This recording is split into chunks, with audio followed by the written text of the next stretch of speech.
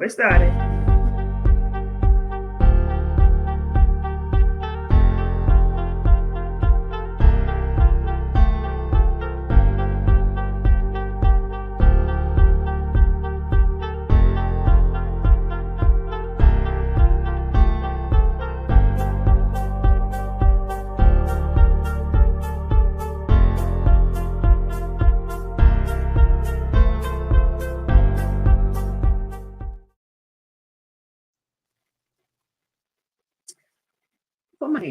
Hello, everyone. I'm Barbie Johnson. And I am Tisha Winkler. We're the Book Breakers. And today we have with us Dr. Arlene Span. All the way from Maryland. Yay! All right. So, Miss Span, can you let everyone that's listening know a little bit about you, who you are, what you do? Yes. Well, first and foremost, that I'm proud of, I'm a proud mother of 2, a proud grandmother of 3, and a proud great-grandmother of 4. How does that sound? All right.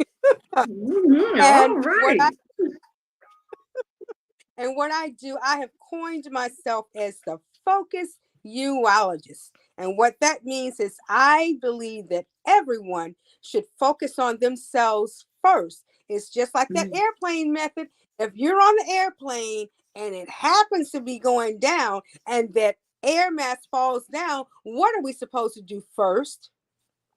Put yours on first. Yes. So that's who I am. I'm bringing people back to focusing on themselves. Yes, for self-care. Yes. So is this like a therapeutic thing to focus on ourselves? It is. It's therapeutic in that, and I know that's not the total topic for today, but it's therapeutic in that.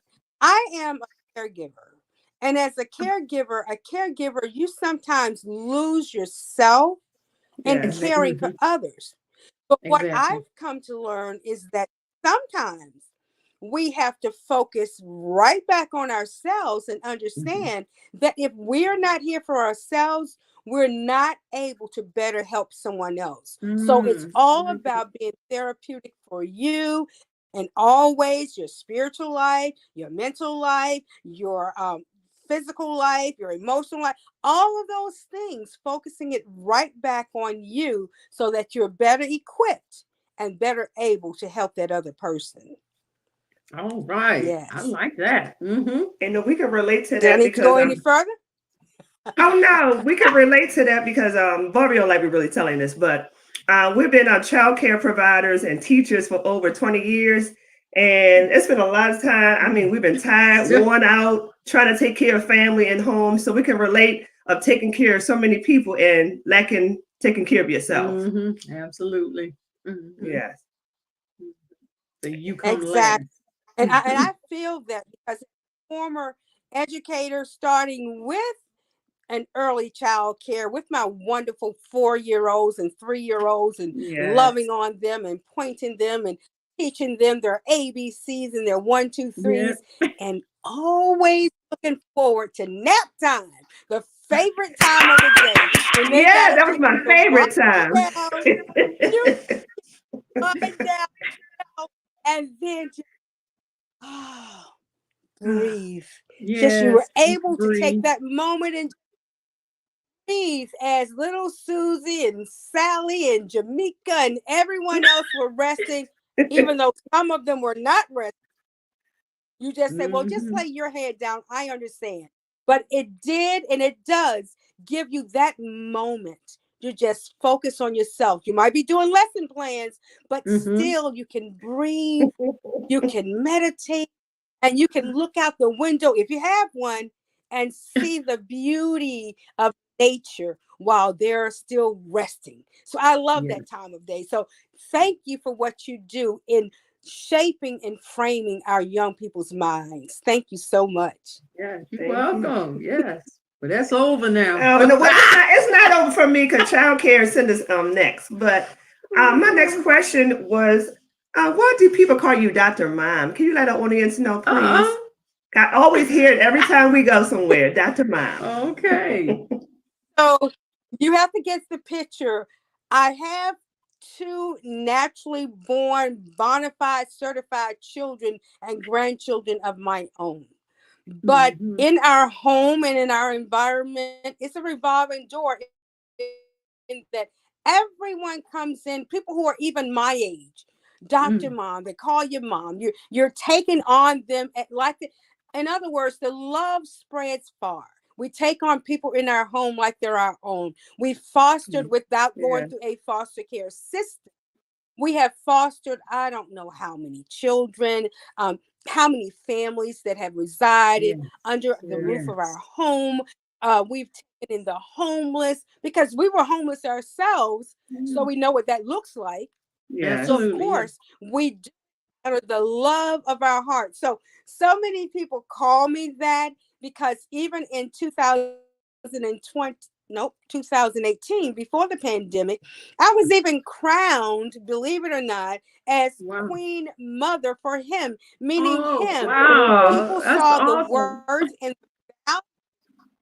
what I was doing and how I love children, I love people, and they saw how I would love on children and get on the floor with them and play with Right. them. And the yes. Right. next thing I know, I was and they said, "You, we want you to come to this event, and we're crowning you as Queen Oh, Mother for him." Oh, And I wore oh, that crown, and that I still have it today. all So right. that's why they call me Doctor. Always mothering someone. Mm-hmm. now I know Yeah. I can send my children to you to babysit one day. Thank you, Uh-oh. Dr. Mom. Listen. Uh-oh. So they'll have fun. They'll have fun alongside my great grandchildren. I am sure Yeah. they would. We do a lot of adventurous things, believe it or not. Okay. All right. Yeah. So Miss Span, what are some of the other things that you do in conjunction with being called Dr. Mom? Okay. So because you all put so many things on there, I'm gonna say let's go to the cafe. All right. So Oh, what other Okay. things you yes. do? Today we're going to go to the cafe, and in a cafe there's many things. We don't take everything, but we have things to choose from. And in Mm, addition to being called Dr. Mom, being the caregiver, but I'm not just anybody's caregiver. right. Yes. I'm a creative caregiver. I'm creative Oh, in Oh, the care of the persons. We might find things that, creative meaning that while some people think that the person you're taking care of might always be in the bed and things, I'm thinking, no, no, no, no, no. You got to get up. You got to move around. You got to do something. mm, So I'm a yeah. yeah. creative caregiver. What I do. And then others, when we're in this cafe, what else do you do out here? You talked about the children. We talked about the caregiving. But not only Yes. do we do that, we talked about the self care.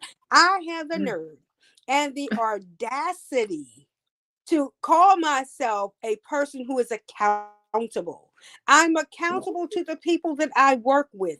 I'm Yes. accountable to mm, the persons that I care for. I'm accountable to the people who call me Dr. Mom. Why? Because I'm adaptable. I find that it's okay. Yes. easier to work with people if you are adaptable, if you Yeah. tend to allow yourself to not only be in the one frame of mind all the time, but Mm-hmm. Yes. looking at the circumstances around you and then adapt to it so that you're better equipped to help the other people. Mm, And then I'm yeah. going to say that F in this cafe is focus. For so Mhm. long, we lose ourselves in not being able to have a vision and Yeah. focus. So I like to say that when I say self care, I mean take the time to focus on you and in Yeah. doing Right. everything in this whole cafe. If you're creative, you're accountable, you're adaptable, you're focused. Now it puts you in the position to empower not just yourself, Mm, but others. mhm. You're empowered Yes. when you take on those children. you're empowering them when Yes, you yeah. teach them their ABCs, 1, 2, 3s. Now they're able to blend those words, those syllables together. And after they blend them, they're coming up with words. And after the words, Yes. they have Mm. sentences. And now they have phrases. You just, as a caregiver, as an educator, you just help those children. So being Dr. Mom is all things working together in this Right. cafe for his good. Oh, Ooh, I I hope amazing. that like that. Ooh, I'm gonna come to that cafe yeah. tomorrow. I like that. There's a saying, oh, well, Yes. actually, it's a book. It's called Moving with the Cheese. Yeah. And Oh, yeah, yeah. a lot of Yeah, the go ahead. teachers read it. But the Uh-huh. main point is that don't become stuck or complacent in what you do, that you can't, again, use that word, adapt Yes. to new Yeah. situations or changes in your environment or in your life. You have to move with the cheese. So that was a good book. That was a pretty good book. It just tells you, again, how to adapt. You have to adapt. If you do not adapt, you may not survive what's coming, the changes.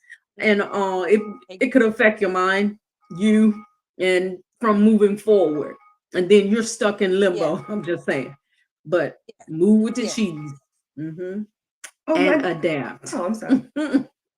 I'm sorry. My next question was, Dr. Mom, why is compassion and love important when it comes to relationships and people? That's an excellent, excellent, excellent question. You know why? Because Why? it all starts with you. The Ah. compassion that you show for yourself, it then spills over into your ability to show the same thing towards others. So when Mm, people are calling me Dr. Mom, they know that many times I'm just listening. I'm not giving any advice to them. I'm there not you go. forming any opinion with them. All Mhm. I'm doing is showing them compassion by just being the ear that they Yeah. need to have at that moment that they're able to express themselves. So the compassion is starting with you first so that you're Mhm. better equipped and able now. Back to the cafe. Why? Because even in showing compassion, you have to be creative. All Yeah. Yeah. people are not created equal in that we all have our own mindsets, we all Yeah. have our own mannerisms, we all have our own perspective. So when we're showing compassion, we have to be able, like you said, to be adaptable, like you said, so that we are able to do what? Focus on what Yeah. they're saying to us so that Mhm. when we do open our mouth to say something, let it be something that's empowering them and not Mhm. something that's going to tear or break them down. We're going to speak Yes, the yes. truth. And you all know this more than anyone as book breakers. You know, when we write these books, we expect people to read them, but we Yeah. Mhm. don't want them Mhm. to stay the same as they were before they picked the book up. Exactly. Yeah. The goal Exactly. is that we've imparted something in that book that will allow them to look at themselves. And if there needs to be any kind of change or empowerment in them, that they'll do that. So, as Yeah. book breakers, you Yes. know that we do right for what? A purpose. And that's the Mhm. reason Exactly. compassion is purposeful for me. Yes. Yes, yes, yes. Exactly. I couldn't have Mhm. said it any better. Yeah, And absolutely. guess what? She was talking about books. That was my next question. Uh, And what are some of the names of the books you have written? So, the first book that I wrote all by myself, meaning that that was no other co-authors or anything like that, Mhm. was Sweats the Arlene Span Weight Loss Program. That was Oh, followed wow. by Are You Ready to Sweat? Which is followed by a collaborative book. And that particular book is congratulations, you just lost your job on the way to entrepreneurship. And that was with Wow. yes, that was with LaShawn Renique. She's the one that did the collaborations or spearheaded that. Of course, now I'm in the collaborative book, The Daily Dose of Prayer, with my wonderful Daily Dose of Prayer. I have another book, and it's entitled The Promise, 1978. And then there's another collaborative book that I'm in with Dr. Renee Allen, and that book's all about the J word, that jealousy word. And then, but there's so many other books that I can think. They're not all coming off the top of my head right now, but the idea is that as authors, we know that we're taking things from our minds or our lives, putting it on paper in book form, so that other people are now able to read that and learn just a little bit more about us, and we hope a little bit more about themselves. Yes, I like that. Because like you said, we're writing for a purpose, not writing just to be writing, but for a purpose. It took some of my pain away. Exactly. You get healed in the process. I know I did when I was writing my book. I did. I got healed. I sure did. Yes, because the Father our heart, and he sees our heart, especially if we're listening, and he's looking at our heart, and he's hopeful that we're listening, so that what is on the pages, we're bleeding over from our hearts what he's given us to say, this is usable for my people. So this is what I want you to take the pen and put down, because this is something that is usable, that can upbuild my kingdom and my people. So that's always my thought process when I'm doing something. And in that daily dose of prayer, he gave me the word sow. SOW. Yes. That's an acronym. He always gave me an acronym. So, and that's day 89. You got to get the book to know what it's talking about. See how you got to get the book. I know. I'm on page 255. Oh God. All right. Yeah, I love it. I love it. So Miss Span, what's on the horizon or that you have coming up in the future? So, in the terms of doing things, I'm also a speaker. Acronyms again. Okay, so this is let's go to T. So T means that I teach, I educate, because I'm an author. So, or I'm an author that teaches and educates, right? So the author that teaches and educates, that's H, right? So ATE, author, teacher, and then T, teacher, educator, who's an author. So on the horizon is October the 12th. I will be speaking at a women's event where I will be doing all those things. I will be introducing the book, telling them about the book, especially the Daily Dose of Prayer book. It's a book that, and then the speaking will be at a women's event where it's for breast cancer. Breast cancer awareness.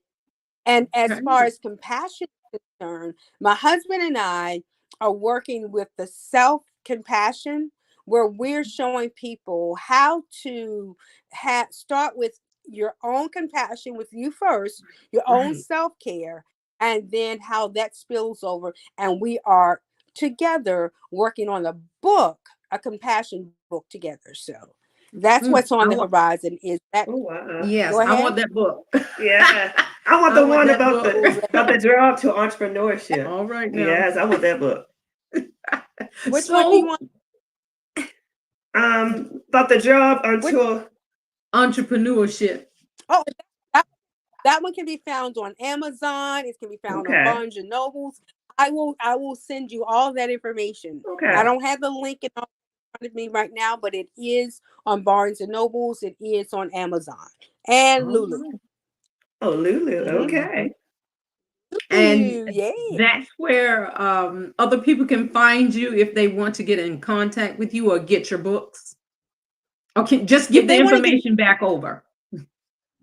So they can, the website to get information, especially about the compassion, is www.bridgethepath, beginningwithcompassion.com. Okay. And the email is exactly the same, beginningwithcompassion@gmail.com. So they can get the book from me through there. They can reach me through there. If they just want to call me directly, there is a phone number that they can call me and just say, find me. That number is 866-432-6896.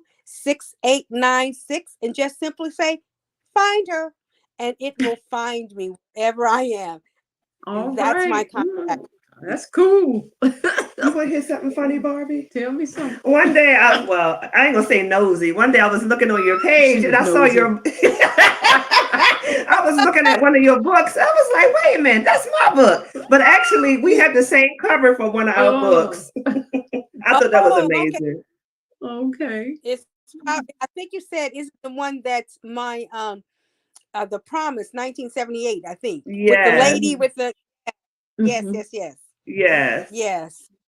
That's because we're sisters. I know we have so much in common. They call me Dr. Mom too. Oh God.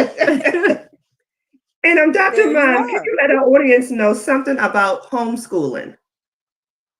Yes. So both of them, what people don't know is my wonderful singing daughter, she graduated from home. Our son, technically, even though he went to school, he technically graduated from home. We went there, the private school for basketball. We had our own homeschool association where we worked alongside other parents. We brought the other parents in. Let's say if they were a nurse and had a specialty in science, then they became the science teacher for us. So I homeschooled. Our daughter graduated at the age of 16 from home before going on to college, to Washington Bible College. So homeschooling, we did it when it wasn't anything that people thought. Matter of fact, my dad thought that I was crazy because I'm a person graduating high school, and what do you mean bringing them home when you're thinking they're not going to socialize? Well, my daughter was nominated who's who amongst junior high school students, who's who among high school students. She went on to graduate. Went on to graduate in college. So you can do a lot of things from home. Why? They're your children, first of all, and then you can frame and shape their minds according to their bent. The scriptures talk about according to their bent, according to their way, not my way. So as I train, he said, train them in the way that they should go. So when I saw that every comb became a mic for my daughter, a shoe, a spoon, a hammer, a nail, anything that she could put in her hand that meant that she was able to sing, we sent her off to the Washington Bible College where she was able to be a part of their voice training. So it's training your children. When you are homeschooling them, you see things in them that maybe the teacher at school can't always take the time, because there's so many students. I had basically mine and a few others that we fostered. But homeschooling, if you want to instill in them your values and you want to instill in them the mannerisms and the morals that you have, homeschooling for us was the way to go.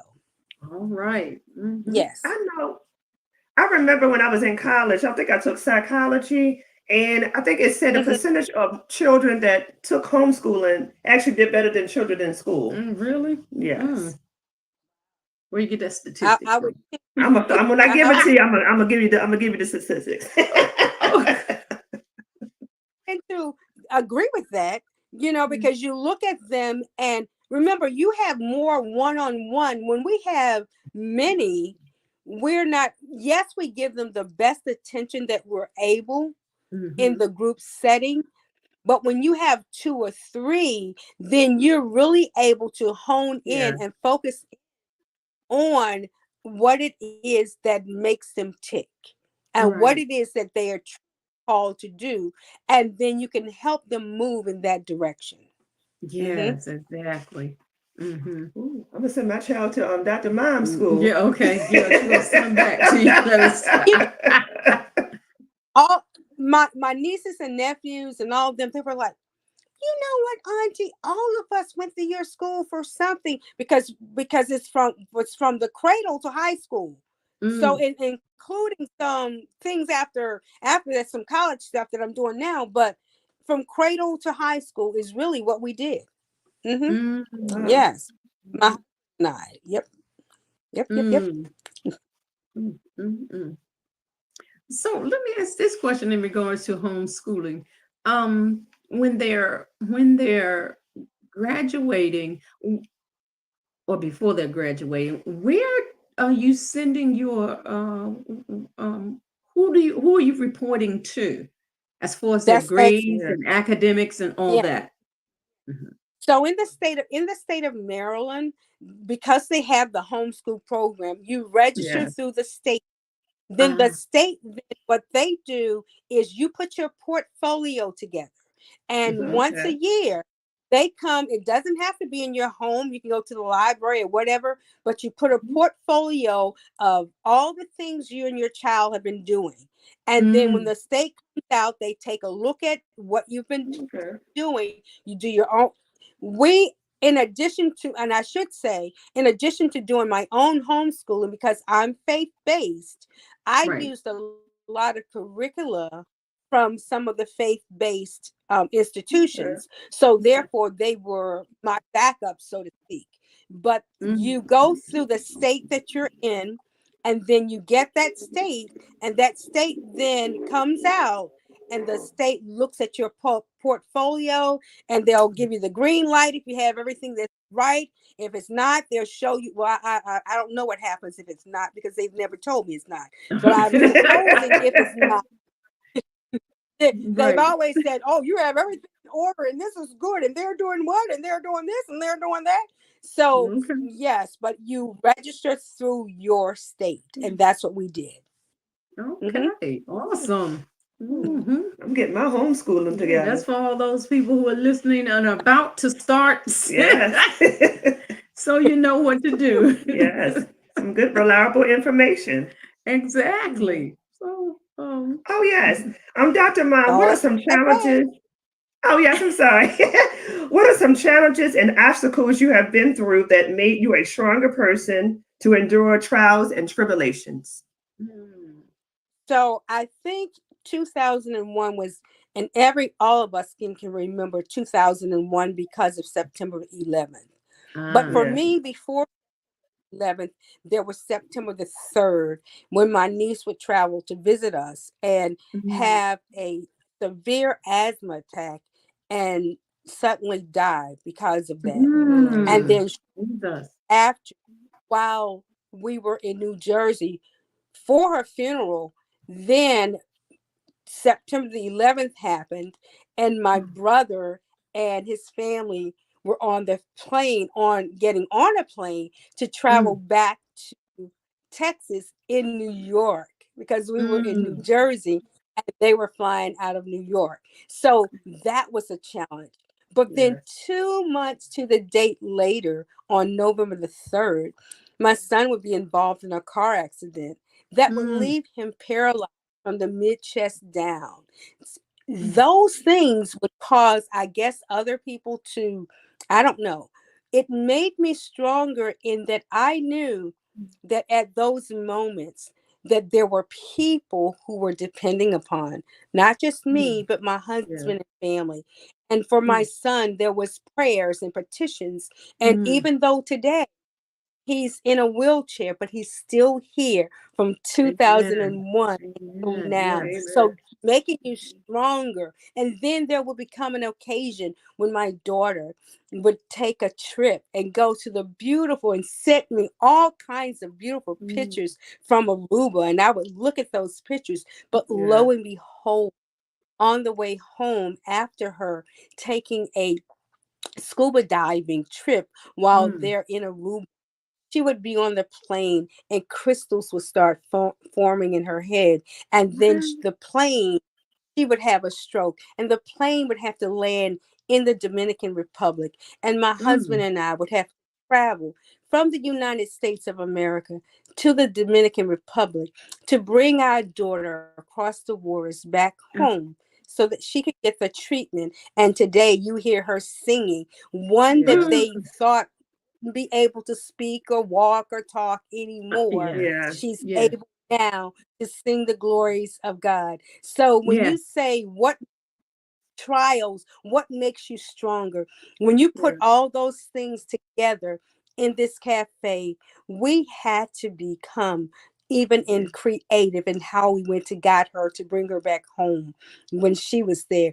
And everything that we did, we had to be adaptable in everything, Mm-hmm. because Yes. used to a son who was an athlete amongst athletes. He would take the shirt off his back and give it to another guy so that they can play on the team, play Mm. football, whatever sport it was.